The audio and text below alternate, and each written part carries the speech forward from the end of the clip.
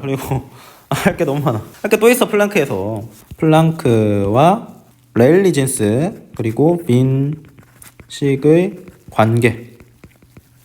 자, 플랑크랑 이 식들이 아무런 관계성이 없는 게 아니야. 자, 이 진동수 그래프를 보자.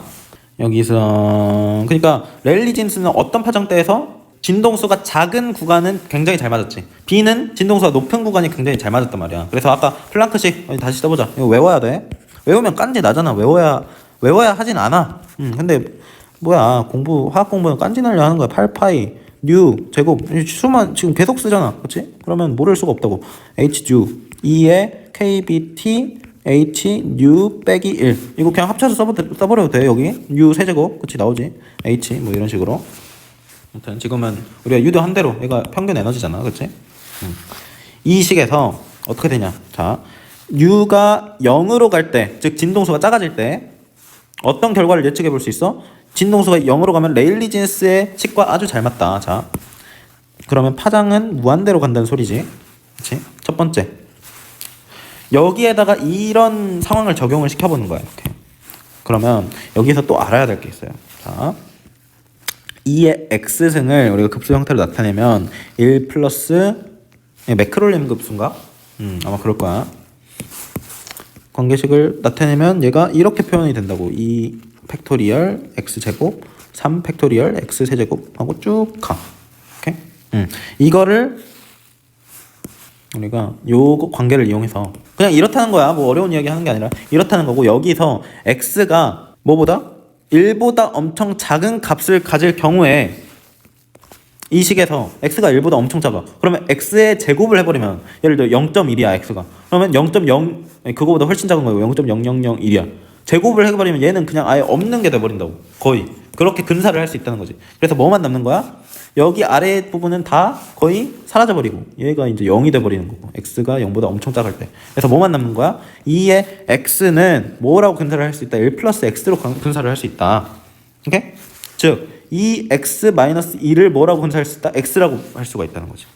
맞지? 그거를 이 식에다 대입을 해봐. 자, x가 요거를 계산을 해보면 이게 U가 0으로 간다고 치면은 요 2의 x에서 x가 또 0으로 가게 되는 거라고. 그러면 이 조건이 이제 성립을 하는 거지. 그렇게 되면은 여기서 어떤 일이 일어나? h u k b t가 0으로 가는 거지.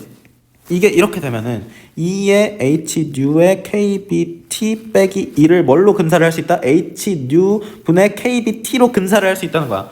그러면 여기에다가 이걸 집어넣어봐. 그러면 hv 사라지고 뭐가 나오는 거야? 바꿔주면 뭐가 나와? 로우 뉴.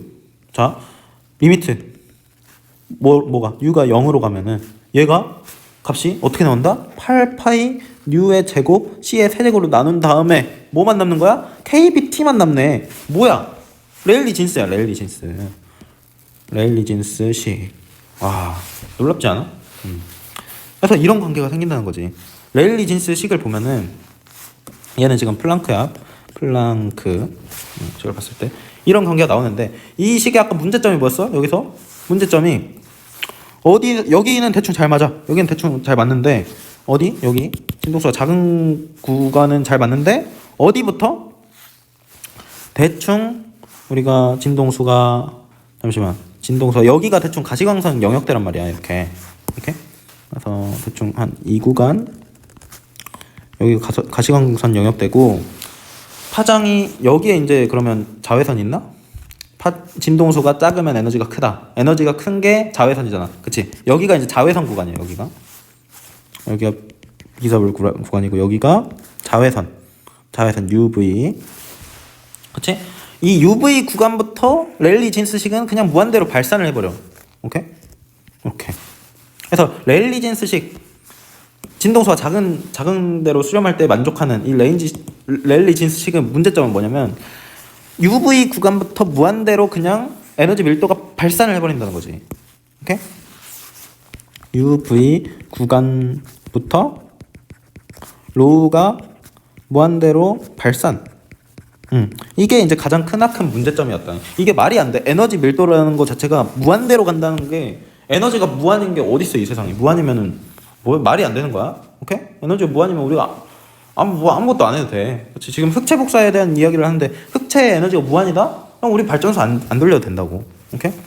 에너지가 무한인 건 말이 안 된다. 그래서 이 무한대로 발산하는 이 말도 안 되는 현상을 이게 그러니까 오류지, 오류. 발산. 오류. 근데 이 현상을 우리가 뭐라고 부르냐?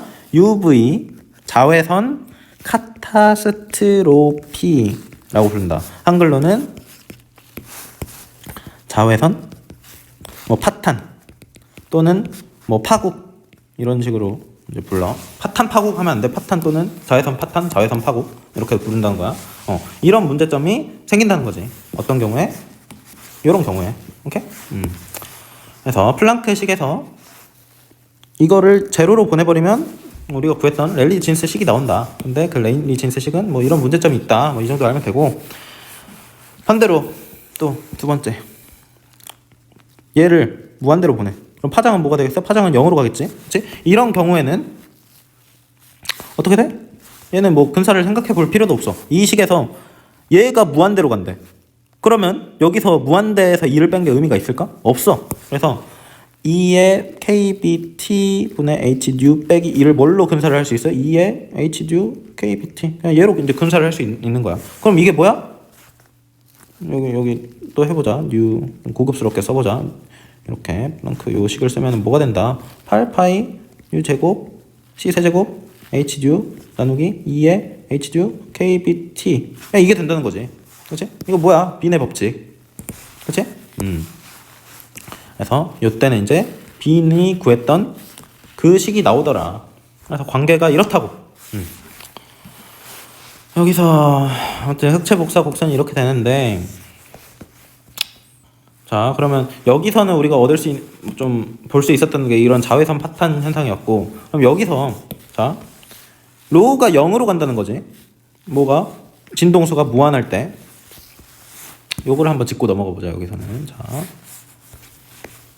여기서 볼까? 자 얘를 옆으로 보고 요렇게 갈 때 진동수가 무한으로 가면은 이때 로우가 0으로 가는 이유, 이런 것도 좀 해석을 해볼 수가 있는데, 자 우리가 진동자라는 게, 우리가 가정했던 그 수많은 진동자라는 게 뭐였어? hν 받아야 들뜨게 된다고. 들뜨게 돼서 그 진동자의 에너지는 어떻게 된다는 거야? NHν. 이거 썼었잖아, 가정이. 플랑크의 가정이. 그치? 이게 이제 사실 맞는 거였고. 그치? 근데 이 뉴가 무한대로 가버리면, 루가 무한대로 가. 그러면 hν를 받아야 뭐가 들뜰 수가 있어? 진동자가 들뜰 수 있어. 한 단계 올라갈 수 있는데, 이렇게 돼버리면 그 받아야 들뜰 수 있는 요 최소한의 에너지가 너무 커져버리는 거예요. 얘가 무한대가 돼버려. 그러면 여기서는 그 에너지의 공급이 너무 어려운 거야. 어려움. 즉 에너지 준위가 한 단계 높아지는 데만 무한대의 값이 필요해 보니까 이거는 그냥 에너지 뭐가 없어. 오케이? 그래서 그냥 이때는 0으로 수렴을 해버린다고. 우리가 보면은 어떻게 생각할 수 있어? 상식적으로 진동수가 뭔가 커지면은 요 그 큰 빛의 세기는 더 세야 되지 않나? 빛의 세기라는 게 모호하긴 하지만 에너지 밀도라는 거잖아. 진동수가 세면은 에너지가 세야 돼서 이렇게 올라갈 것 같은데, 뭔가 그게 아니라 여기서는 뚝 0으로 떨어져 버린다는 거지. 그치? 진동수가 너무 커져버리면. 그 이유가 이것 때문이라고. 진동수가 너무 크면은 그 진동자들을 들뜨게 할 수가 없어. 에너지 공급이 너무 아예 거의 불가능하다고. 근데 반대로 에너지가 0으로 가는 쉬우면, 그치? 에너지 공급이 똑같이 이 공급이라고 할게. 이 공급이 쉽다. 오케이? 쉽기 때문에 여기에서는 에너지 공급이 쉬우면 우리가, 그리고 진동수 자체가 0으로 가면은 이거를 거의 연속적인 에너지라고 이제 볼 수가 있다는 거지. 그치? 연속적으로. 자, 진동수가 0으로 가면은, 이건 여기다가 쓸까? 진동수가 0으로 가면은 에너지 공급이 굉장히 쉽고, 그리고 에너지 간격이 좁음. 여기에 해당되는 말이야.